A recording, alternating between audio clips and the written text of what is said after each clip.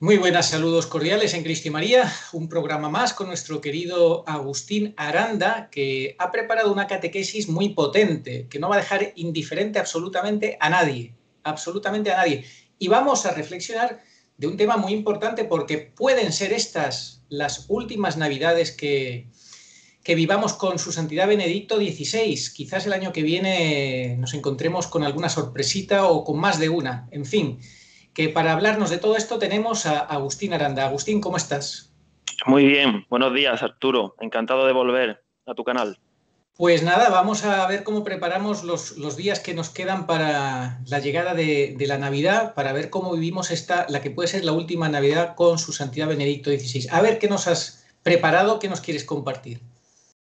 Sí, es habitual, incluso dentro de la propia iglesia, el circunscribir mm, la celebración de la Navidad a la primera venida del Señor, la que ya sucedió, olvidando otros dos aspectos relacionados con nuestro encuentro con el Señor que aún no han sucedido, pero que sucederán indefectiblemente.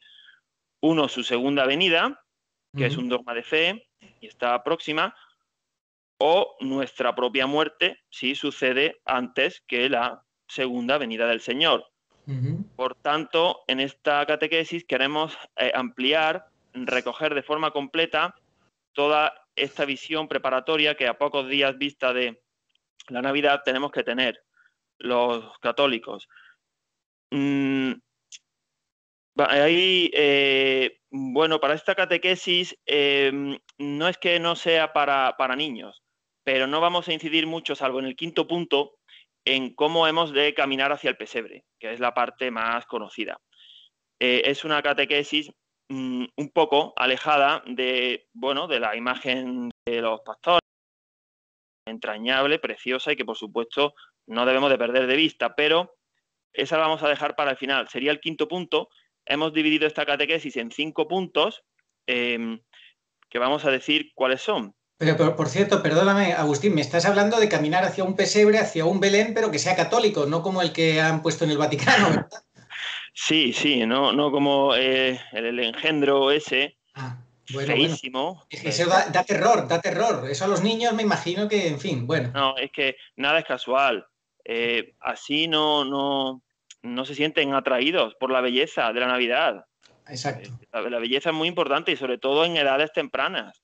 Los niños, pues, aman por la belleza. Igual que no puedes tener a un niño 2 horas en la vigilia de Pascua, de 12 de la madrugada a 2, de pie, muerto de sueño, porque, claro, no capta. Es la alegría de la resurrección del Señor. En fin, a los Ya. niños hay que hacerle atractiva la religión. Los 5 puntos, los que hemos dividido esta catequesis, son, el primero, sucesos escatológicos. El segundo, la unión íntima e indivisible entre el Antiguo Testamento y el Nuevo Testamento. La tercera, la figura excelsa de San Juan Bautista como precursor de Cristo. El cuarto punto lo hemos titulado La derrota de los demonios. Y el quinto, los pasos que tenemos que dar o cómo tenemos que prepararnos para vivir la Navidad, presentarnos delante del pesebre.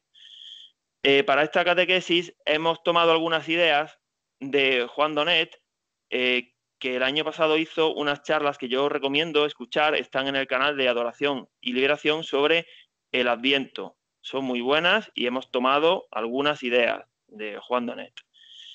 El primer punto de la catequesis lo hemos titulado, pues, parusía, sucesos escatológicos.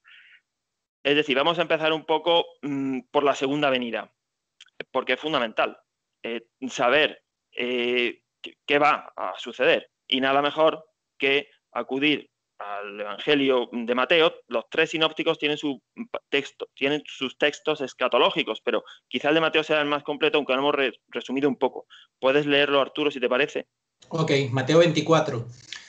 Cuando veáis, pues, la abominación de la desolación predicha por el profeta Daniel, instalada en el lugar santo, el que lee, entiéndalo, entonces que los que estén en Judea huyan a las montañas, quien se encuentre en la terraza no baje a recoger las cosas de la casa, Quien se encuentre en el campo no vuelva atrás para tomar su manto.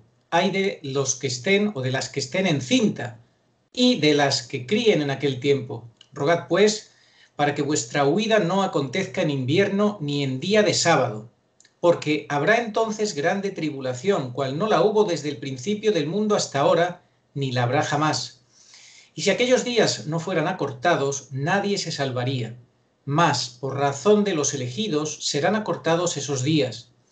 Si entonces os dicen, ved el Cristo, aquí, allá, no lo creáis, porque surgirán falsos cristos y falsos profetas y harán cosas estupendas y prodigios, hasta el punto de desviar, si fuera posible, aún a los elegidos. Mirad que os lo he predicho. Por tanto, si os dicen, está en el desierto, no salgáis. Está en las bodegas, no lo creáis. Porque así como el relámpago sale del oriente y brilla hasta el poniente, así será la parusía del Hijo del Hombre. Allí donde esté el cuerpo, allí se juntarán las águilas. Inmediatamente después de la tribulación, de aquellos días, el sol se oscurecerá, y la luna no dará más su fulgor. Los astros caerán del cielo, y las potencias de los cielos serán conmovidas. Entonces aparecerá en el cielo la señal del Hijo del Hombre, y entonces se lamentarán todas las tribus de la tierra, y verán al Hijo del Hombre viniendo sobre las nubes del cielo con poder y gloria grande, y enviará a sus ángeles con trompeta de sonido grande, y juntarán a los elegidos de él de los cuatro vientos, de una extremidad del cielo hasta la otra. Sí, Arturo, este discurso escatológico es el más completo de los sinópticos. El Apocalipsis es una explanación de él.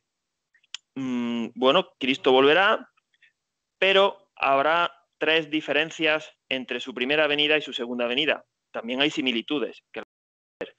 Las tres diferencias, pues, son que en su primera venida vino como un corderito indefenso, vino para redimir y vino cuando la humanidad estaba en paz, la Pax Augusta de los romanos. En su segunda venida no vendrá como un indefenso corderito, sino con toda su potencia y su majestad, vendrá para juzgar y vendrá cuando el mundo esté endiablado. Por tanto, tenemos que prepararnos para esa segunda venida. Como poderoso dueño de la viña para recoger los sarmientos con uvas y echar al fuego los sarmientos secos también, ¿verdad? Claro, llega el momento en el que el dueño aparece para ver qué han hecho sus trabajadores, en qué han empleado el tiempo y qué frutos han dado. Sí. La parusía del Señor es un hecho extrahistórico. No depende del hombre. Se inserta en la historia del hombre, pero no depende del hombre. No hay triunfo de la humanidad. No lo hay.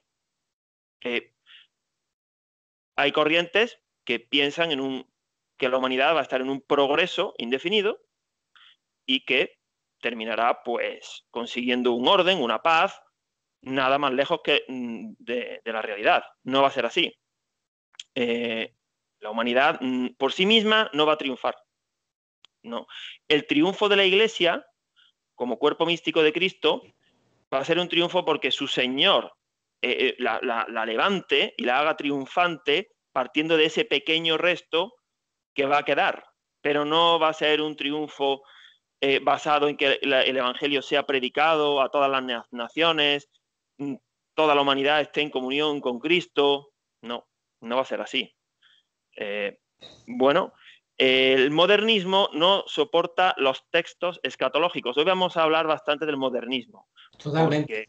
Porque al modernismo hay que darle su baño de realidad. Totalmente. Porque lo que hacen es lo contrario, echar capas, en fin, disfrazar la realidad. Y no sí, Juan Donet es un maestro en el progremodernismo, como él dice. El progremodernista hace una radiografía impresionante.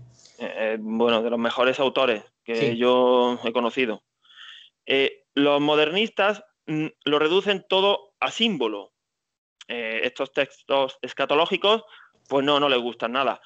Pero claro, la Iglesia dice que todo lo que pueda ser interpretado literalmente ha de ser interpretado literalmente. Lo dicen San Agustín, Santo Tomás de Aquino y el Papa Pío XII en su encíclica Divino Afflante Spiritu. Sí. Y todo lo que hay en este texto escatológico de Mateo, apenas todo puede ser interpretado literalmente. Nada impide que haya en el cielo esos sucesos, nada impide que haya terremotos. Quizá la única parte, que sea simbólica, sea aquella que dice que donde esté el cuerpo se juntarán las águilas. Diversos autores, exégetas, lo han interpretado de manera diferente. Unos dicen que el cuerpo es el de Cristo y las águilas son sus salvados. Otros, por el contrario, el cuerpo es la ciudad podrida, la gran Babilonia, donde los demonios van y la despedazan como los buitres despedazan un cadáver. Pero, salvo que las dos interpretaciones son posibles, pero salvo esa parte, nada impide que el resto de sucesos escatológicos se cumplan. Sí, como tú has leído, que el sol y la luna se oscurezcan, que haya hambre, guerra, persecución, cataclismos cósmicos, todo eso, pues puede perfectamente, ¿por qué no? Claro, sí, por supuesto. Claro. Es más, es que va a suceder.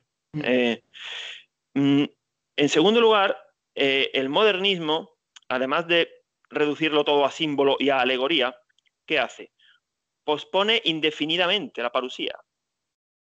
La plaza, hasta el infinito y más allá. Exacto. Pensando en que el progreso humano no va a parar de crecer, o bien que cuando se agoten los recursos naturales del planeta o el sol deje de dar su calor, pues entonces ya se nos han acabado las baterías y ya se acaba, ¿no? Y para evitar eso, ellos consideran que el ser humano es el virus, el que causa los problemas, el que hay que acabar con el ser humano, sí. Sí. Yo este mismo verano he oído de personas bastante preparadas, personas universitarias, que el virus es una respuesta de la Tierra al ataque del hombre. Sí.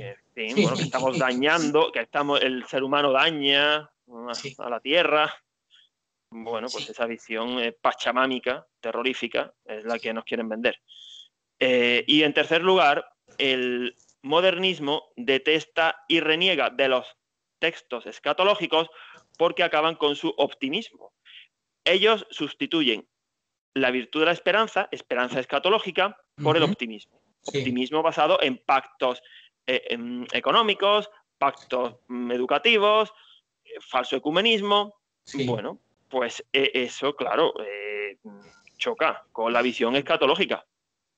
Y desde luego lo que estamos viendo hoy en día, ese matrimonio entre el Vaticano y los amos de este mundo, incluso el comunismo, con los dos extremos está totalmente matrimoniado, es uña y carne, lo cual claro. Era una cosa impensable en la historia de la Iglesia, nunca ha ocurrido eso así, de esta manera, que lleva una agenda diabólica. Sí, esta agenda es anticristiana, sí. Así de claro. Total. Y la falsa Iglesia nos la quiere vender o la quiere justificar o quiere fusionar el mundo y la Iglesia, que la Iglesia es sobrenatural, que está en otro plano, que no se puede fusionar con el mundo. Exacto.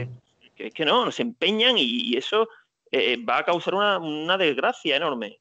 Exacto, la Iglesia está en el mundo sin ser del mundo, sí. Claro. Por eso los modernistas no aceptan cómo será el final de la Iglesia, que además está en el Catecismo sí. Del año 92. ¿Qué hacen? Bueno, pues usan la Iglesia, la dejan como una cáscara vacía de contenido, la parasitan y viven de ella. Son parásitos de la Iglesia de Cristo o enemigos. Bueno, en segundo lugar, el segundo punto de esta catequesis es tener muy presente que viene el verbo. Y el verbo es el Antiguo Testamento y el Nuevo Testamento. Es el mismo. No hay una palabra de Dios para el Antiguo Testamento que no tenga nada que ver con la venida del Señor. Tiene todo que ver. Es una unidad. ¿Cómo el verbo va a venir para derogar su primera palabra? Claro que no. Es un error. No podemos hacer como los judíos. Los judíos cortan las escrituras, básicamente, cuando empieza el Nuevo Testamento. Y ahí siguen. Bueno, pero los cristianos más bien tendemos, los cristianos modernistas, tienden más bien a despojarse de la parte antigua y también de la parte escatológica. Se quedan con la parte central para manipularla. Todo es palabra de Dios, absolutamente todo. Lo que pasa es que esa palabra se fue desarrollando paulatinamente a través de los jueces, profetas, reyes, hasta la plenitud de los tiempos. Pero todo es palabra de Dios. San Agustín decía que el peor mal es el error, no el pecado, porque todo pecado proviene de un error. Entonces sería un gran error desvincularnos del Antiguo Testamento. Sí. San Agustín, con una expresión vigorosa, decía que la antigua ley estaba preñada de Cristo. Y decía, leed los libros proféticos sin ver en ellos a Cristo y veréis que no hay nada más insípido, más soso. Pero descubrid en ellos a Cristo y eso que leéis no solo se volverá sabroso, sino embriagador. Magnífico. Sí, el Señor dijo, no he venido a abolir la ley, sino a dar cumplimiento. Bueno, pues no nos puede pasar lo que le sucedió a los fariseos y a los escribas, a muchos, de hace 2000 años, que no conocieron el tiempo de la visita. No Exacto. Lo conocieron. Pues a nosotros, que no, a muchos nos puede pasar igual, que no conozcamos a quién va a venir. O sea, mucha gente celebra la Navidad, bueno, ya no digo los que la celebran basándola únicamente en regalos y fiestas y vacaciones, sino incluso aquellos cristianos que la celebran, pero de forma superficial, sin ver al que viene, sin ponerse manos a la obra. Pues yo creo que no, es que no saben lo que celebran, sí. Realmente. El Señor mantiene todo el Antiguo Testamento, cambia la antigua alianza por la nueva y sube el listón. O sea, no solamente no deroga su palabra, sino que sube el listón. Lo pone más difícil. Se ve en que añade el nuevo mandamiento, sí, del amor al prójimo, de la montaña.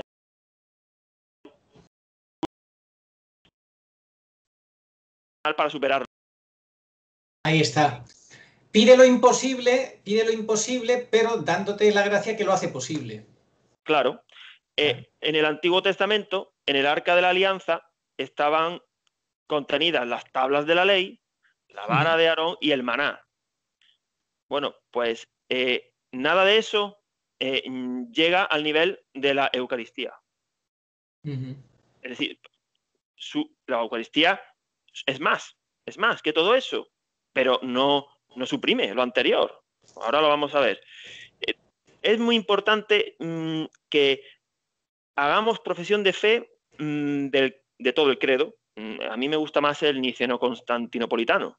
Y hemos extraído la parte que expresamente hemos de creer, porque si no nos creemos esto a pies juntillas, somos herejes. Sí. La parte que hace referencia a la segunda persona de la Santísima Trinidad. Pues cada una de estas sentencias, de estos dogmas de fe, los tenemos que creer firmemente. Si no, como flaqueemos en alguno de ellos, no vamos a prepararnos bien para la Navidad. Puedes leerlos, Arturo, si quieres. Sí, tenemos que tenerlos como fuego, grabados como a fuego, ¿verdad? Pero son del credo que tendría que recitarse todos los domingos en misa, y realmente creo que hay pocas iglesias que lo recen en misa. Sí. Y es obligatorio, pero bueno, lo voy a leer, venga, para hacer memoria para incluso los que no lo conozcan. Creo en un solo Señor Jesucristo, unigénito de Dios, nacido del Padre antes de todos los siglos, Dios de Dios, luz de luz, Dios verdadero de Dios verdadero, engendrado, no creado, consubstancial al Padre y por quien todo fue hecho, que por nosotros, los hombres, y por nuestra salvación, descendió de los cielos y se encarnó por el Espíritu Santo en María Virgen y se hizo hombre. Fue crucificado bajo el poder de Poncio Pilato, muerto y sepultado. Y al tercer día, según las Escrituras, resucitó, ascendió a los cielos y está sentado a la derecha del Padre. Y de nuevo vendrá con gloria a juzgar a vivos y muertos, y su reino no tendrá fin. Pues eso es lo que tenemos que creer. Y si nos creemos eso, pues estaremos vigilantes, celebrando, rememorando el nacimiento del niño Jesús, sí, porque hay que hacerlo todos los años, por supuesto, pero sin dejar de tener esa visión escatológica, bien de su segunda venida o bien de nuestra muerte. Cristo planificó la ley, la hizo menos ritualista en lo exterior, pero más exigente interior. Sí. Eso se ve en relación, por ejemplo, a las ofrendas que los judíos hacían en el templo, en la interpretación del sábado, en el Corbán, la cantidad de ritos y purificaciones que tenían, una cosa interminable. Sí. Pero el Señor no deroga eso, le dijo al joven rico: ¿quieres cumplir la vida eterna? Cumple los mandamientos. Sí. ¿Quieres llegar a la vida eterna? Claro, él le dijo, ¿qué tengo que hacer para alcanzar la vida eterna? Sí. Claro, pero no, o sea, despojó todo ese ritualismo farisaico, el Señor lo simplificó muchísimo. Sí, eso seguro, sí, sí. Por eso en Navidad nuestra vivencia navideña tiene que brotar del interior, no de lo exterior, arbolitos, regalitos, fiestas, no. Pero ¿qué hacen los modernistas? Los modernistas hacen lo contrario. Lo que dicen es que lo importante es el amor. Vamos a ver. Sí. Ni una cosa ni otra. O sea, ni perderse en un montón de normas farisaicas, pero tampoco reducirlo a que lo importante es el amor, porque el amor procede de la verdad. Y la verdad está ligada a la palabra. Si obvias, manipulas, tergiversas o cercenas parte de la palabra, ¿qué amor te queda? No te queda ningún amor, te queda algo mundano, algo masónico, algo pues que no, es el amor de Cristo. El Señor... Ponte un poquito en el centro de la imagen, por favor, gracias. Sí, perdona. Nada, claro. El Señor le dijo a los fariseos: en vano me rinden culto, pues no siguen otra cosa que mandamientos de hombres. El Señor se ocupó personalmente de los fariseos. A sus discípulos les dio poder para echar demonios, predicar, curar, pero él personalmente, esto lo he tomado del padre Leonardo Castellani, él personalmente se ocupó de los fariseos. Dijo: Sí, a eso me dejáis a mí. Castellani dice eso, que toda su vida fue una lucha contra los fariseos, una batalla terrible contra los fariseos. Claro, y ahora vamos a ver quiénes son los fariseos. Claro, nosotros somos los fariseos y dirán, pero si yo soy un católico de Europa, ¿yo cómo voy a ser fariseo? Bueno, de Europa o de América o de donde sea. Pues los fariseos pueden ser dos. Por un lado, los modernistas, que cercenan la palabra de Dios, quitan el Antiguo Testamento y quitan la parte escatológica, lo ven todo de color de rosa, se ciñen a un optimismo mundano. Bueno, pues eso es la falsa iglesia farisaica. Pero, ojo, que también los fariseos podemos ser los que tenemos conocimientos, los que damos catequesis, los que le dedicamos tiempo, que no vamos a incurrir en esos errores en los que incurren los modernistas. Yo nunca seré modernista, ¿no? Dios me guarde, pero no por eso me justifico, porque si falto a la caridad en los juicios o a la misericordia con el prójimo, ¿de qué me va a servir todo lo que sé? Ya lo decía San Pablo: si no tengo amor, nada soy, todo me sobra, todo me falta, todo lo bueno me falta. Así que, ¿cuál es la receta? Pues la receta es tratar de ser como fueron los santos. ¿Y cómo fueron los santos? Pues fueron gentes muy sencillas, pero grandes teólogos, grandes conocedores de la palabra de Dios, pero muy humildes. No puede faltar ninguna de las dos cosas. Hoy día se le llama el sencillo y el humilde al que no sabe nada, pero por ignorancia culpable. A la estulticia se le llama humildad. Eso no es humildad. La humildad es la de los santos. Bueno, y vamos a llegar ya al tercer punto, en el que vamos a hablar pues, de un santo, santazo, San Juan Bautista, quien se llevó un elogio del Señor que nadie se había llevado. Bueno, nació sin pecado original. No fue concebido sin pecado original, pero como fue santificado en el vientre de su madre, Santa Isabel, cuando se llenó de Espíritu Santo, por eso el Señor dice que no ha nacido de mujer nadie más grande que Juan Bautista, porque no era el momento de que el Señor hiciera catequesis sobre su Santa Madre. En fin, Pero no eso, entendamos. Pero perdona, ¿eso es una opinión teológica o la Iglesia lo ha definido así ya? Sí, sí. ¿Sí, lo ha dicho? Eso está fundado. Solamente hay 2 personas, por eso la Iglesia el 24 de junio celebra el nacimiento de San Juan Bautista, la Natividad. Ya. No se celebra San Juan Bautista, realmente. Bueno, sí se celebra, pero la Natividad de San Juan Bautista el 24 de junio Ya. está 6 meses, a 6 meses de distancia de la Navidad, por eso uno crece y otro decrece. Estaba basado en el sol. El Señor nace en Navidad, que es cuando el sol comienza a crecer, los días son más largos. Y San Juan Bautista, el 24 de junio, que es cuando los días empiezan a ser más cortos, porque en palabras del propio precursor, es necesario que yo disminuya para que él crezca. Pero el Señor dijo, no ha nacido de mujer nadie más grande que Juan Bautista, pero el más pequeño en el reino de los cielos es menor que él. ¿Por qué? Porque la Iglesia acepta y enseña que nació sin pecado original. San José, hay teólogos que sostienen que también, pero bueno, San José por designio de Dios su vida es más oculta. No hay ese testimonio oral que sí nos dejó San Juan Bautista.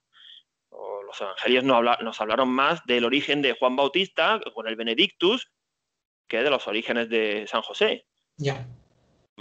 Bueno, pues San Juan Bautista fue, ¿cómo fue? San Juan Bautista era un tipo, rudo, directo, claro, sencillo, un poco salvaje, menudo era, tronaba en el desierto y cuando era de casta de sacerdotes, o sea, no venía de una familia cualquiera, era hijo de Zacarías. Cuando los fariseos mandaron una comitiva para tratar de negociar con él, pues, bueno, él vio sus intenciones y les espetó raza de víboras, arrepentíos. No Sí, era políticamente muy correcto. exacto, justo. Sí, porque vio que no venían con recta intención. De hecho, el Señor les dijo a los fariseos, si me respondéis a esta pregunta, yo también os responderé. ¿El bautismo de Juan de quién era? ¿De Dios o de los hombres? Se quedaron callados porque dijeron, respondamos lo que respondamos, vamos a quedar mal. Si decimos de Dios, ¿por qué no habéis creído? Y si decimos de los hombres, como todo el mundo tenía a Juan Bautista por un auténtico profeta, porque acudían en masas a él y confesaba pecados, era el preludio de los sacramentos, ¿no? Él bautizaba con agua, perdonaba pecados, porque ya era inminente la llegada del Redentor. Bueno, perdonaba pecados, llamaba al arrepentimiento, a la Sí, conversión, ¿no? Porque luego en el Evangelio leemos que solo Dios puede perdonar pecados, ¿no? claro, claro, los evangelios dicen eso, ¿no? Y la gente confesaba sus pecados. Sí, eso. Era una preparación clarísima, Era, clarísima para lo que ya estaba llegando. Sí, era clarísimo. sí, Pues, bueno, los fariseos que llegaron allí a tratar de negociar con él, sí.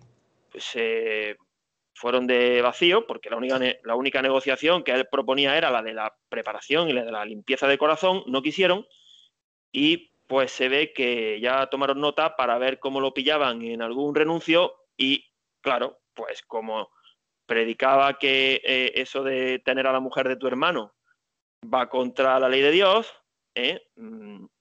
no creo que San Juan Bautista estuviera muy de acuerdo con la carta Amor y Leticia. No creo, ¿verdad? No creo. Bueno, hoy la Iglesia bergogliana a San Juan Bautista ya lo habría reducido a estado laical. Claro, por polémico. Sí, diría, no, Juan Bautista, hay que hacer un acompañamiento pastoral y un discernimiento. Vamos Sí, a montar aquí una pandilla de gente sí, para... le No, habría cerrado su congregación fijo, congregación cerrada fija por rígido. claro, claro, porque ahora resulta que el pecado para la falsa iglesia no es algo personal, que requiera hacerse una violencia a sí mismo. Exacto. Es algo que, bueno, está por ahí flotando, entre todos lo resolvemos. Bueno, Sí. pues ahí se ve que ya, pues debido a esas palabras, pues lo apresaron y, bueno, pues terminó decapitado Sí, por Herodes. cuando fueron a Porlana y salieron trasquilados con Juan Bautista, dijeron, este tiene los días contados, le apuntaron en la lista negra definitivamente, está claro. Claro, claro, fueron a por él, Sí. clarísimamente fueron a por él. ¿Y de qué manera? Pues que iba contra el adulterio que estaba practicando el rey. Pues ya está.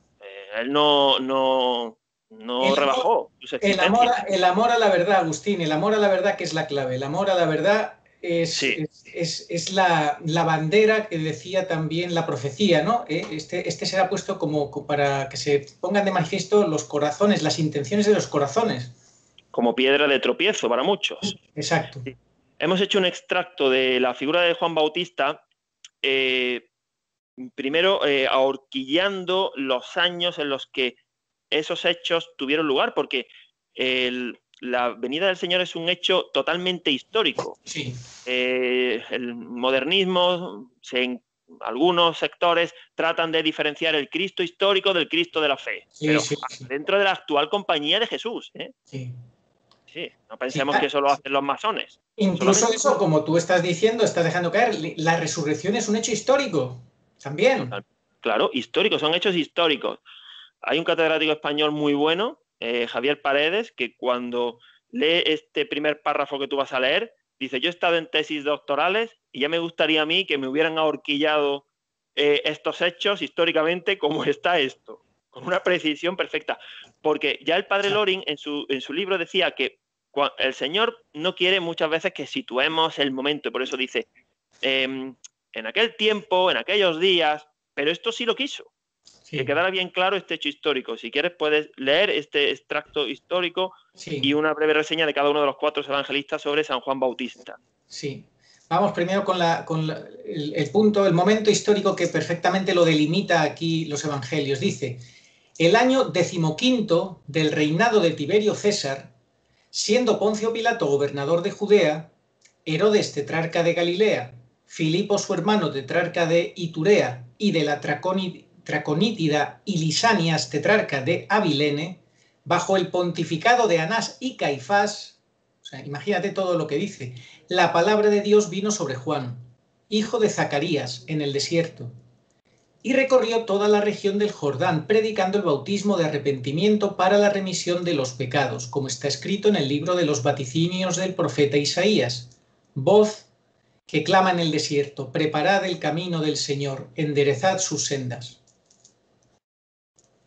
Y ahora vamos a leer de los evangelistas. Lucas, y tú, pequeñuelo, serás llamado profeta del Altísimo, porque irás delante del Señor para preparar sus caminos, para dar a su pueblo el conocimiento de la salvación, en la remisión de sus pecados.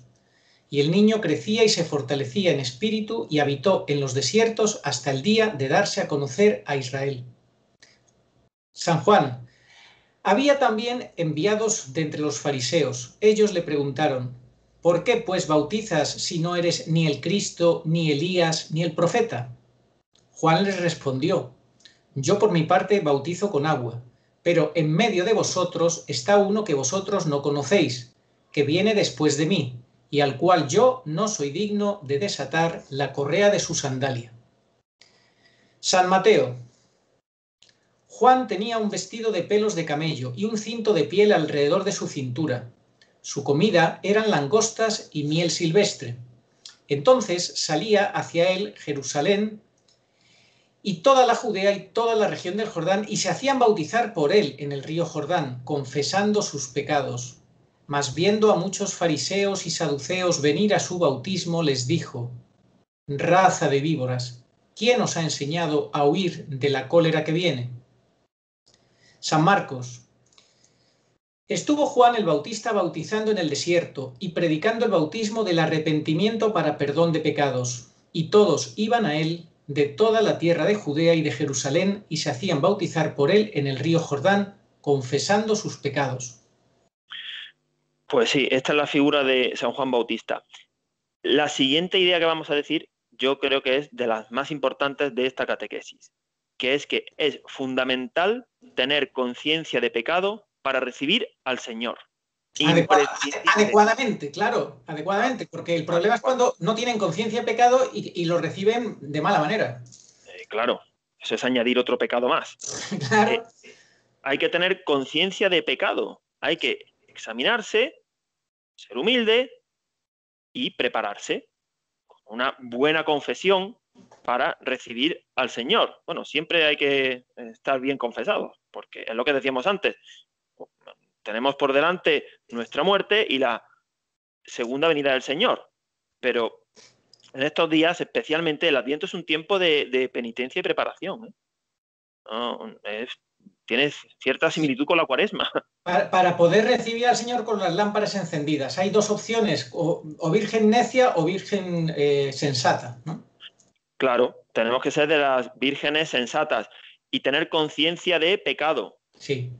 Apartándonos de la mundanidad. El drama de hoy día es que como no hay conciencia de pecado, pues la gente no Sí, se duele de su estado, claro.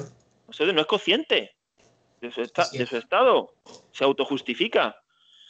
Juan Bautista, entre la primera venida del Señor y la segunda venida, hay dos personajes, uno Elías y otro Juan Bautista, y ahí hay una especie de doble juego escatológico tipo antitipo entre Elías y Juan Bautista. Elías no murió, fue arrebatado en un carro de fuego y será uno de los dos testigos que vendrán en los tiempos del anticristo antes de la segunda venida del Señor. Y el Señor dice que Juan Bautista es Elías si queréis creerlo. Yo dejo un poco desconcertado a los discípulos. Pero ya ha venido Elías. Juan Bautista, él cuando le preguntaron los fariseos, dijo que no es Elías, no es Elías en persona, pero hace el mismo papel de precursor. Por eso viene con el espíritu de Elías. Así que al final de los últimos tiempos, en la segunda venida, estará presente Elías, que predicará a la iglesia pequeña, perseguida, que quede, y hará un papel parecido al de Juan Bautista, que predicó para la primera venida, fue muerto, los poderes del mundo, Herodes le cortó la cabeza. También Elías morirá, el Señor lo resucitará al tercer día. Pero bueno, eso lo veremos cuando, si Dios quiere, hagamos un programa sobre el Apocalipsis. Por eso el Señor dice, Juan Bautista es Elías si queréis creerlo. Es muy enigmática esa frase, para mí me resulta muy enigmática. Sí, es enigmática, pero el Señor no dice nada sin sentido. Por supuesto, por supuesto. O sea, para despistar. Sí. Para que vayamos, pues investigando, claro, y aprendiendo y conociendo y escudriñando las Escrituras. El cuarto punto de la catequesis lo hemos titulado La derrota de los demonios.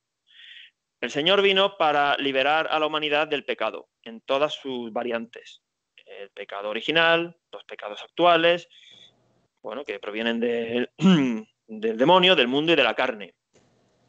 Hemos querido hacer más énfasis en los demonios. ¿Esto de los demonios qué es? ¿No? Porque parece que está solamente circunscrito a los sacerdotes que hacen exorcismos. Y a mí conmigo no va eso, de los demonios. Pues claro que sí va con todos. Muchos autores, incluso católicos, nos han legado una visión alegre, incluso idílica, del paganismo, el buen salvaje. Bueno, que es lo que ahora está retomando Bergoglio y compañía.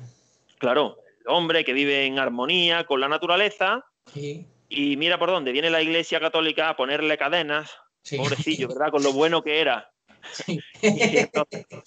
Y ahora nos tenemos que liberar de la Iglesia Católica. O sea, resulta que ahora volvemos al paganismo de los indígenas con la Pachamama. Sí. Y hay que liberarse de la Iglesia Católica, que es la Iglesia de Cristo, que vino a librarnos de los demonios que tenían esclavizado al paganismo. O sea, al revés todo.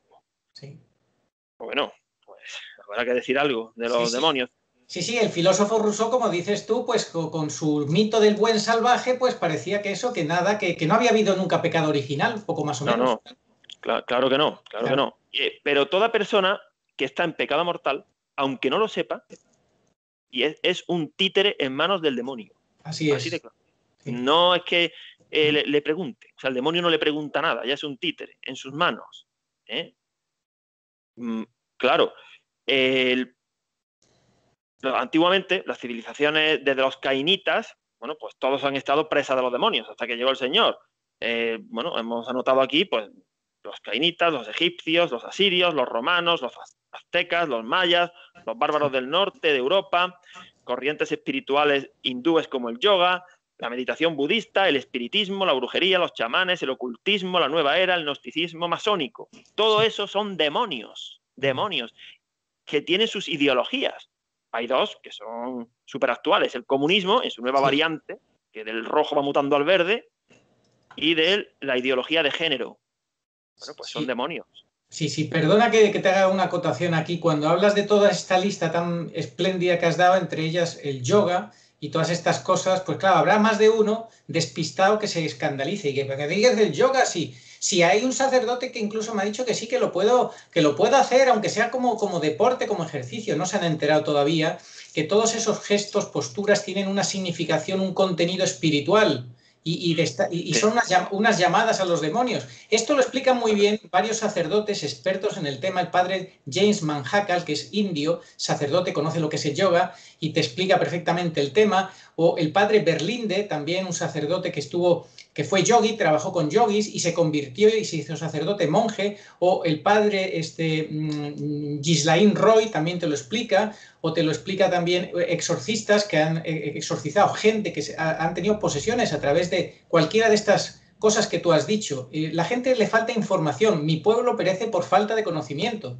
Y lo peor es que los sacerdotes no sepan estas cosas y les confundan. Quien no adora a Dios, adora a los demonios. Así es. El Señor, en su venida, hace 2000 años, él veía perfectamente todo ese mundo demoníaco, todas esas fuerzas preternaturales, y esas fuerzas lo reconocían a él y lo temían. Claro, el Señor vino a derrotar a los demonios. Lo dice San Juan en una de sus cartas, que Cristo vino para deshacer las obras del diablo. Con eso lo resume todo. Todo, o él mismo también, en Hechos de los Apóstoles, dicen, Jesús pasó por el mundo haciendo el bien y liberando a los oprimidos por el diablo, no por el mal, como dicen estas traducciones que quieren ser políticamente correctas. No, liberar a los oprimidos por el diablo. Claro, y Santa Teresa de Ávila, de la que hicimos el programa en agosto, pues decía que el demonio tiene siervos en todas las moradas del castillo.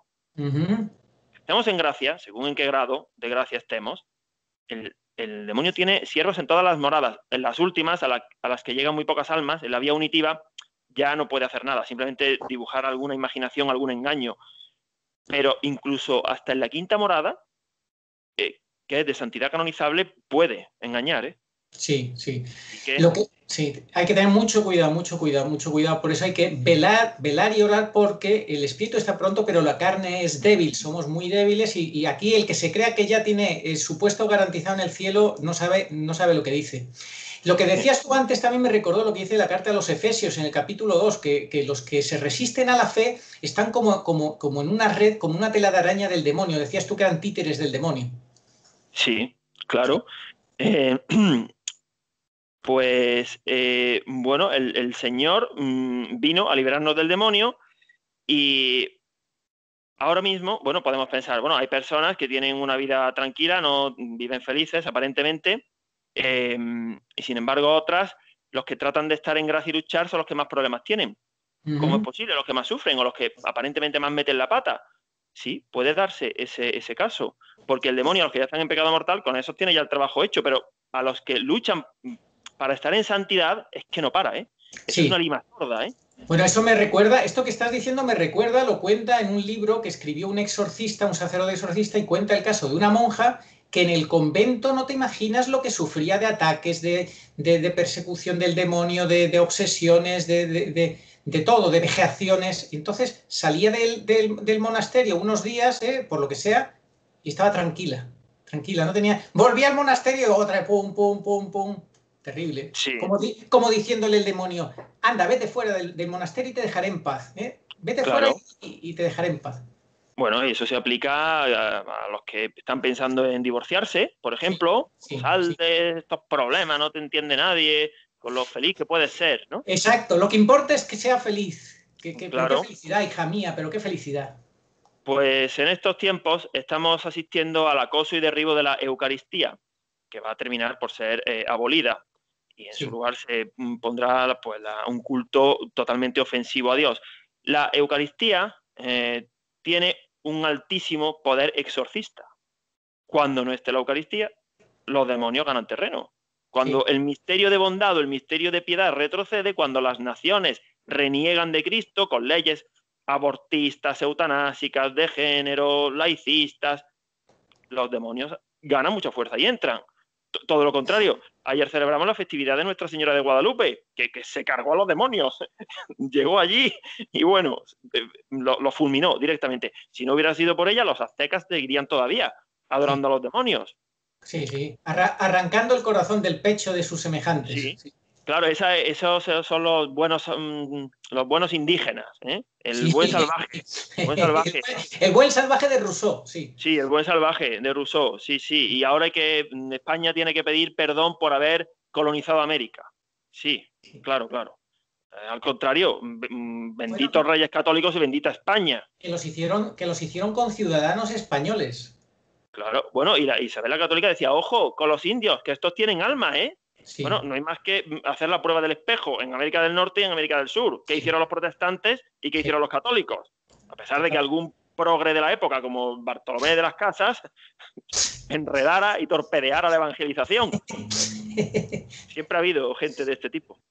Bueno, cuando no esté la Eucaristía, el mejor remedio para luchar contra los demonios, bueno, y ahora también, claro, es la Santísima Virgen. Y el Santo Rosario, sí, la Virgen, sí, en su infinita sabiduría, por eso nos dice tanto que recemos el Rosario, porque no necesitamos un sacerdote como la Eucaristía, ¿no? O para adorar al Señor. Hay un caso histórico, que lo trataremos en otro programa, del infinito poder que tiene Nuestra Señora sobre los demonios, la que va a aplastar la cabeza. Ese caso se dio en nuestra admirada Sor Patrocinio, que está en periodo de beatificación. Pues a Sor Patrocinio, la Virgen del Olvido, Triunfo y Misericordia. Aquí está. Y el demonio está amarrado a los pies de la Virgen. Claro, no puede hacer nada. Pues el demonio, a Sor Patrocinio, la tiraba por las escaleras, le echó una olla de agua hirviendo en el brazo, la arrastró por un tejado, la golpeaba, le sacudía la cama y se la llenaba de bichos. Bueno, hasta que la Virgen, el 13 de agosto de 1831, le dijo que ya el demonio no le iba a hacer nada.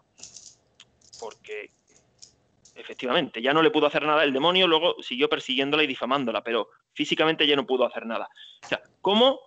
Bueno, son casos extremos, claro. Su patrocinio tenía los estigmas del Señor, una santa, bueno, enorme, y claro, el demonio llegaba incluso como el Padre Pío, ¿no? A pegarle, a arrastrarla por un tejado, a empujarla. Pero cuando ya la Virgen dijo, hasta aquí hemos llegado, ya la Virgen ya llega un momento y se planta. No, nadie es tentado por encima de sus fuerzas. Bueno, pues para que veamos el poder inmenso que tiene nuestra Madre sobre los demonios. Ahora que, bueno, pues ayer fue la Virgen de Guadalupe, es el momento de renovar nuestro amor mariano. Sí, sí. Bueno, tú conocerás el caso también de esta chica alemana que la Virgen le pidió, pues es un caso también muy excepcional, una reparación que permitiera que los demonios la poseyeran, y a eso llegó también, a Melis o algo así, no recuerdo el nombre de esta chica. Una cosa impresionante, hay un reportaje de la televisión polaca, bueno, que recomiendo ver para que la gente entienda este misterio de por qué incluso Dios a gente santa, gente en gracia, permite que sean incluso poseídos por demonios, pues en sus misteriosos designios de salvación, para que la gente pues renueve la fe y se dé cuenta de la seriedad de lo que está en juego en la vida. Claro. Y bueno, de hecho el padre Carlos Spahn, sacerdote Carlos Spahn, decía, es mucho mejor estar en gracia y poseído por demonios que no estar en pecado sin posesión diabólica. Claro, es que no se le da la importancia que tienen a los demonios. Cuando el hombre se libera de Cristo, cae presa de los demonios y ya va camino al infierno. Y el propio camino al infierno es un infierno. Claro, es que tú puedes no estar poseído por demonios interiormente en tu cuerpo, pero si estás en pecado mortal, estás poseído de otra manera, diferente, que es más grave que el que está en gracia, aunque esté en posesión. En pecado mortal y sin tener conciencia de ello, que es lo peor. Porque Los que luchamos por estar en gracia podemos caer, pero por la gracia de Dios pues nos damos cuenta y salimos. Lo malo es no darse cuenta.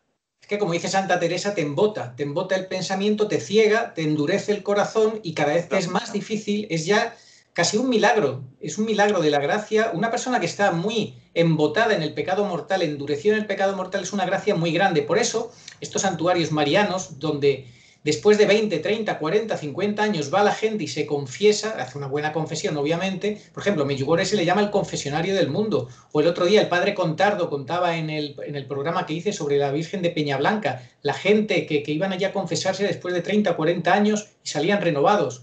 Eso es una gracia muy grande que consigue la Virgen para esas personas, porque es muy difícil. Una vez que estás tú embotado, endurecido, no tienes el don del entendimiento porque te faltan los dones del Espíritu Santo, en fin.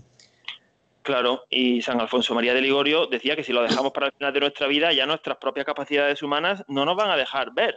Exacto. Hay que dejarlo para el final. El hombre, si no es liberado por Cristo, cae presa del demonio. ¿Y qué es caer presa del demonio? Bueno, pues ejemplos.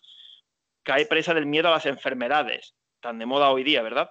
Exacto, exacto. Esto que está diciendo es fundamental. Por ejemplo, la frase esa que decía San José de Calasanz, ¿no? Esa de que tener más miedo a la salud o darle más importancia a la salud del cuerpo que a la del alma, ¿no? Que algo así decía que eso era gravísimo, ¿no? Claro. Y cae presa pues, de los cataclismos, de la vejez, de la muerte, de las crisis económicas, del terrorismo, de la inseguridad en las ciudades, es preso de la violencia, de las adicciones, de las relaciones humanas tóxicas, donde el sexo sustituye al amor, de las mentiras del mundo, de los medios de comunicación, que son altavoces propagandísticos. Sí, cuando no amas la verdad, Agustín, la gente cuando se acostumbra a despreciar la verdad y acostumbrarse a vivir en la mentira, pues ya no sabe detectar la mentira y entonces se cree las mentiras de los medios de comunicación y a su propio verdugo lo considera su amigo y le obedece a su propio verdugo. Es terrible. Claro. Por último, para el punto, vamos a leer un extracto del Evangelio que se aplica perfectamente a las sociedades. Ahora vamos a dar el salto del individuo a la sociedad, aunque lo que se aplica al individuo también se traslada, se extrapola a la sociedad. El pecado estructural, que lo llaman, ¿no? El pecado estructural. Porque las sociedades que han sido mayoritariamente católicas, como Europa occidental, y están dejando de serlo, pues les va a suceder lo que el Señor decía. Por eso el individuo siempre se puede salvar. El individuo sí, pero la sociedad actual está perdida, condenada, sin remedio. Y no solo eso, claro, que el individuo, tú puedes estar dentro de una sociedad totalmente podrida, como le pasó a Lot, que salió huyendo de Sodoma y Gomorra. Claro. Estaba todo rodeado de una cosa putrefacta, pero es que lo que se olvida, y los progremodernistas pues se olvidan, es que el juicio va a ser particular. Cuando tú te mueras, cada alma va a tener su juicio particular. Por eso tú, claro, te puedes salvar, aunque hayas vivido rodeado de todo lo que hayas vivido rodeado, claro. Claro, hubo oficiales buenos que se salieron del ejército nazi y colaboraron. Claro, el individuo siempre puede. Sí. Puedes leer, si quieres, Arturo, este extracto del Evangelio. Sí. Cuando el espíritu inmundo ha salido del hombre, recorre los lugares áridos, buscando reposo, pero no lo halla. Entonces se dice: voy a volver a mi casa de donde salí. A su llegada la encuentra desocupada, barrida y adornada. Entonces se va a tomar consigo otros 7 espíritus, aún más malos que él. Entran y se aposentan allí, y el estado último de ese hombre viene a ser peor que el primero. Así también acaecerá a esta raza perversa. Pues sí, pues apartarse del Señor y adorar a los demonios es terrorífico. El año pasado presenciamos un acto idolátrico de adoración a los demonios en los jardines del Vaticano. Así es. Un acto con invocaciones en idioma indígena a los demonios, Pachamama e ídolo fálico, con presencia de chamanes, con quema de incienso y rostros postrados en tierra. Así es. Eso no se ha reparado. Eso no se ha reparado. Así bueno, pues se abrió la puerta para que entraran y se quedaran allí en el Vaticano, pues vaya usted a saber. Bueno, y en la última misa, Bergoglio se empeñó en que quería tener el cuenco con tierra en representación de la diosa Pachamama, que es diosa que representación de demonios. Quiso tener su cuenco con tierra allí en el altar, o próximo al altar, para celebrar la última misa. Con eso, en fin, queda todo dicho, ¿no? Claro, es que habrá quien diga, pero bueno, si vamos a ver, como unos actos en unos jardines, venga, por favor, si ahí no mataron a nadie, si hay gente que crea que somos piranoicos, ¿no? Que no pasa nada. ¿Cómo que no pasa nada? Pues sí pasa, claro que pasa, porque no conocen la escritura.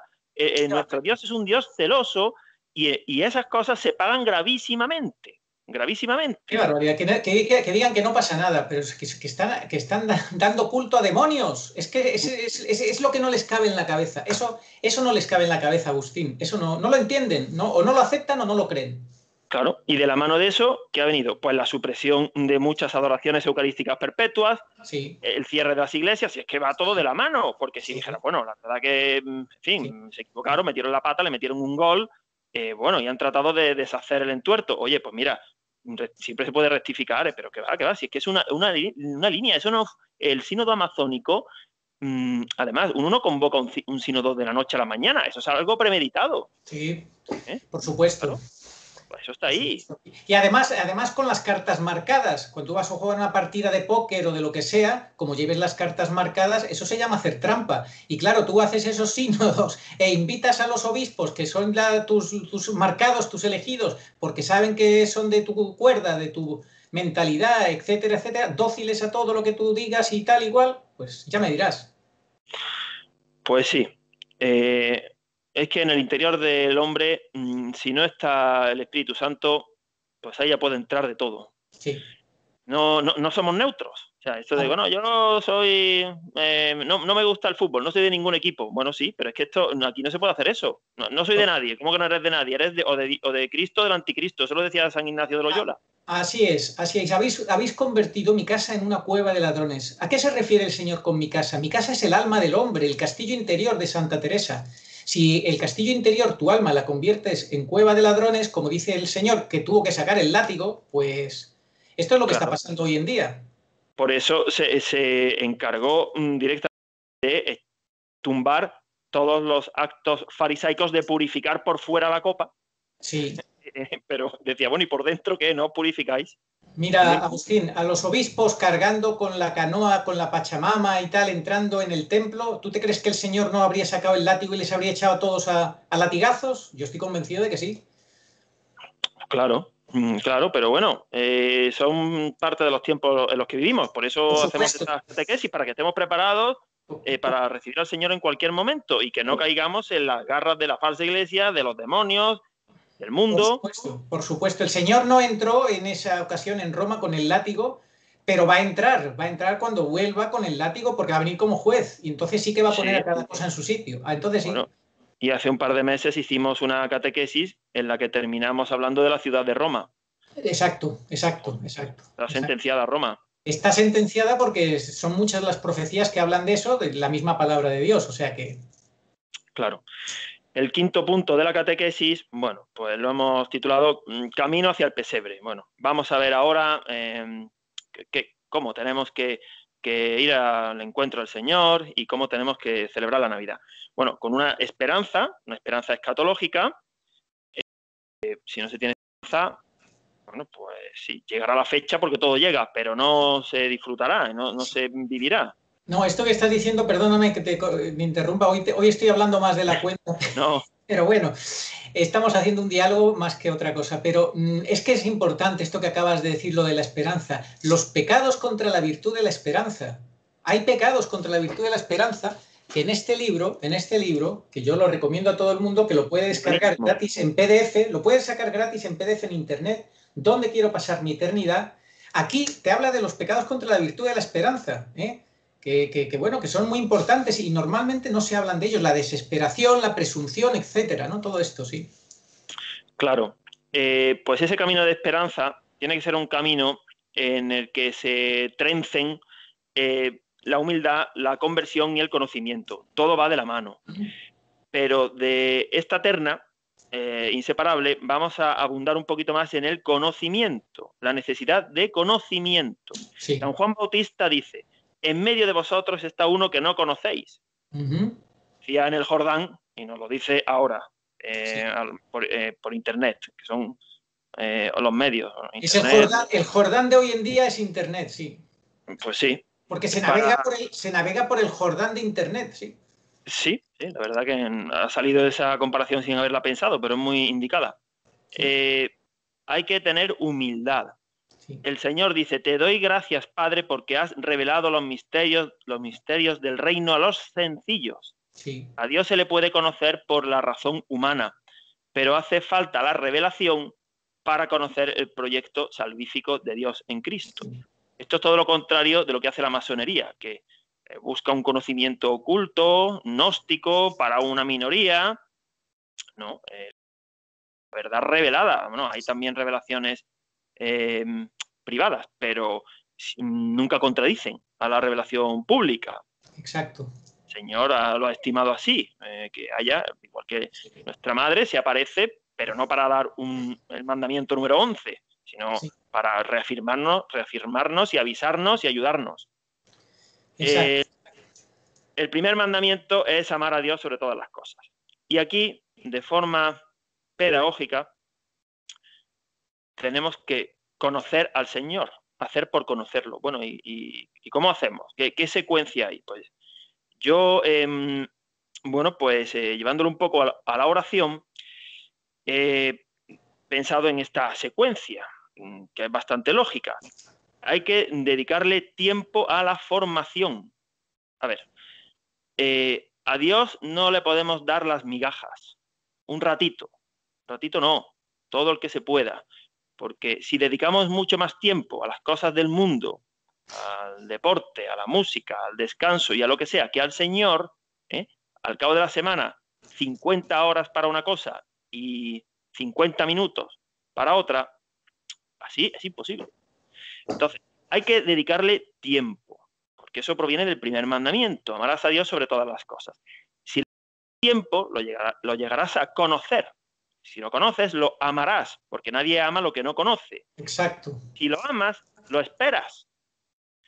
Si lo esperas, lo recibes. Al recibir al Señor, se le podrá acoger, y al acogerlo, nos salvaremos. Porque si hacemos la inversa, no le dedicamos tiempo, no lo conoceremos. Si no lo conocemos, no lo amaremos. Si no lo amamos, no lo esperaremos. No lo recibiremos, no lo acogeremos, no nos salvaremos y nos iremos al infierno. Así es, así es, así es. El Catecismo de Juan Pablo II lo resume muy bien. La vida es el tiempo abierto que Dios te concede para que tú aceptes o no, acojas o no la gracia de Dios manifestada en Cristo. Eso es la vida. El tiempo abierto para que aceptes o no la gracia de Cristo. Como tú no conozcas que existe esa gracia, que necesitas esa gracia, que no es lo mismo vivir en gracia que en pecado, que no tienes, pues claro, estás listo, pues al final la gracia la desprecias, que es el regalo que te da Dios en Cristo. Claro, y esto que todo el mundo lo entiende, si lo aplicamos a tocar bien un instrumento, a hablar un idioma, o jugar al ajedrez, o estar en forma, que hay que dedicarle tiempo, sí. Bueno, pues creen que al Señor con un ratito ya está todo hecho, ¿no? Eso en el mejor de los casos. En el mejor de los casos, claro. En el mejor de los casos, porque lo que predomina es la indiferencia más absoluta. El pasotismo absoluto, total. Sí. El San Pablo dice que el centro del conocimiento es la cruz de Cristo. Sí. Menuda sala de estudios. No se ha dado San Pablo para ponernos a estudiar. Y lo dijo Santo Tomás también de Aquino, que él había aprendido más delante del Santísimo y delante de un crucifijo que con todos los libros que había leído. Claro. Entonces hay que formarse, hay que dedicarle tiempo a la formación, a estos canales, a estos medios. Si quieres, Arturo, podemos terminar leyendo este extracto de San Juan en el libro del Apocalipsis, en el que hace un llamado el Señor a la iglesia de la Odisea, que es uno de los 7 tiempos de la iglesia, y todo apunta que es este, en el que vivimos, la iglesia de la Odisea, porque el Señor está muy cerca y tenemos que tener muy presente este fragmento apocalíptico. Sí. De San Juan, si quieres puedes leerlo. Sí, somos la generación de la higuera, como dijo el otro, ¿verdad? Pues dice así: conozco tus obras, no eres ni frío ni hirviente o caliente. Ojalá fueras frío o hirviente, así, porque eres tibio y ni hirviente ni frío, voy a vomitarte de mi boca. Pues tú dices: yo soy rico, Yo me he enriquecido, de nada tengo necesidad. Y no sabes que tú eres desdichado y miserable y mendigo y ciego y desnudo. Te aconsejo que para enriquecerte compres de mí oro acrisolado al fuego y vestidos blancos, para que te cubras y no aparezca la vergüenza de tu desnudez, y colirio para ungir tus ojos, a fin de que veas. Yo reprendo y castigo a todos los que amo. Ten pues ardor y conviértete. Mira que estoy a la puerta y llamo. Si alguno oyere mi voz y abriere la puerta, entraré a él y cenaré con él, y él conmigo. Al vencedor le haré sentarse conmigo en mi trono, así como yo vencí y me senté con mi Padre en su trono. Quien tenga oído, escuche lo que el Espíritu dice a las iglesias. Pues sí, no podemos ser tibios, ¿eh? Porque el Señor dice, te vomitaré de mi boca donde está el verbo. O sea, que no quiere a los tibios, Sí, no nos quiere si somos tibios. Fíjate que hay otra forma de decir tibio y es neutral. Yo escucho a muchas personas, no, yo soy neutral. Yo soy neutral, no, yo ni esto ni lo otro, neutral. Sí, y hay que respetar a todo el mundo. Sí. Bueno. A ver, en ciertos casos muy particulares, claro que se puede ser neutral, por supuesto, en ciertos casos, hablando así, pero en las cuestiones esenciales de la vida no se puede ser neutral. O con Cristo o contra Cristo. Claro. Hombre, también hay que ser inteligente y saber que si en algunos sitios no vas a ser bien recibido y te van a apedrear, bueno, pues hacer como el Señor, que en muchos sitios no lo recibían, bueno, pues se marchaba de allí, se sacudía el polvo y ¿qué vamos a hacerle? Pero por nuestra parte, por intentarlo que no quede, porque tan cierto es que en nuestro, como tú decías, en nuestro juicio particular vamos a estar solos ante el Señor. Sí.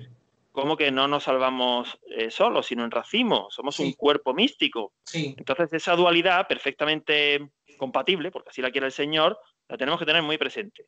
Salvar nuestra alma es lo primero, pero no estamos solos. Tenemos que tratar de ayudar a otros. Y la tibieza, la indiferencia, no ayuda a nada, no suma nada, porque como el enemigo, ese sí que no para, ese sí que no es tibio, ese va a lo que va, con leyes, programas, modas, tendencias, la música, el arte, o sea, las noticias de los telediarios. todo no para. Ese está 24 horas al día, el demonio no se va de vacaciones. No.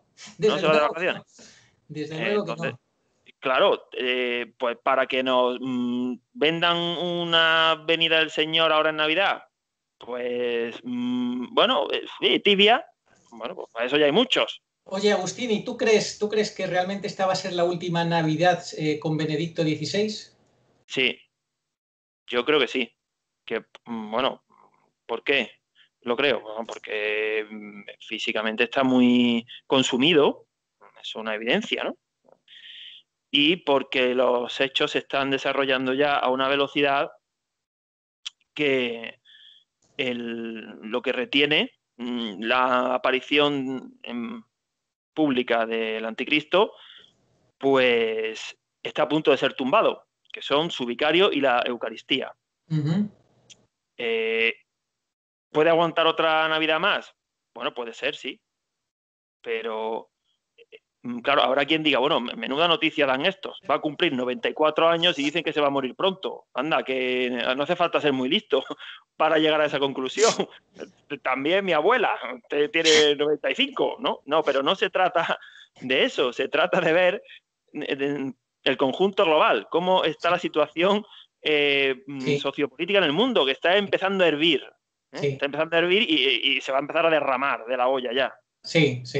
¿Y en qué momento? Pues cuando Benedicto no esté, yo creo que ya el misterio de iniquidad, bueno, ya los demonios de la Pachamama ya van a hacer la fiesta de fin de curso en los jardines vaticanos. Ya totalmente tienen carta blanca absoluta. Claro. Joder, fíjate cuando pasó lo que pasó con el tema del libro que sacó a última hora Benedicto y el cardenal Sara con la colaboración de Benedicto para el tema del celibato. Fíjate la que se armó, bueno, los follones que hubo allí en el Vaticano, se convirtió aquello en una jaula de grillos, ¿no? Terrible lo que pasó, ¿no? Que asqueó a todo el mundo, ¿no? Aquello. Que luego dicen que Benedicto no le para los pies a este hombre, ¿no? Sí, claro, hace su papel, porque la figura de Benedicto es sobrenatural. Sí. Lo dijimos en el programa de hace 2 meses. El vicario de Cristo solamente va a ser retirado completamente cuando Dios lo permita. Antes no. El otro día recibió la visita de Francisco con unos cardenales, se llevó hasta un manotazo el hombre, Sí, Benedicto. sí, Francisco le dio un manotazo a Benedicto, sí. así de claro. Y la Y agarró de una forma muy desafiante, no sé si te diste cuenta. Le bueno, puso así las manos, él de pie encima de Benedicto le puso las dos manos así encima de sus brazos de una forma como muy desafiante, como diciendo, aquí el que manda soy yo. hombre, y nada cariñosa con un anciano, que el pobre está ya con un hálito de vida casi, hombre, pues Sí, tengo otra dulzura, no le des esa hombre, sacudida. hombre, no esperes frutos de un árbol que no puede dar frutos buenos, ¿no? Fueron a sacarse la foto, fueron a hacer el show, el paripé, fueron a sembrar la confusión, como hace este Bergoglio, que es sembrar la confusión, como ha hecho ahora con el año dedicado a San José, para que los que estaban a punto de dar el paso y darse cuenta quién es este hombre digan, ah, pues no, pues sí es católico, pero mira, si el año es a San José. Porque esa es una estrategia de la revolución. La revolución, cuando tiene que dar un paso atrás, lo da, para a continuación dar 2 hacia adelante. ¿eh? Y al final avanza. Claro, Pero, claro, siembra la confusión porque te intercala muchos actos ortodoxos y buenos. sí. Claro, ahí está. Y se lleva a los incautos, a los ingenuos, y a los que quieren autoengañarse, se los lleva por delante, tan contentos van detrás del flautista de Amelín, ¿sabes? Claro, pero se condena el que quiere. Sí, por Es que supuesto. nadie va a decir, me han engañado, yo no he podido hacer otra cosa. No, no. Lo que pasa es que rechazan esas inspiraciones, esos momentos de lucidez, se tapan los ojos y bueno, conmigo esto no va. Y entonces son tibios, pero los tibios, el Sí. Señor dice que van a ser vomitados de su boca. Y por último quería terminar con una cita de Santa Faustina Kowalska. Adelante. A quien el Señor reveló que en su pasión los mayores sufrimientos se los causaron los tibios. Los tibios.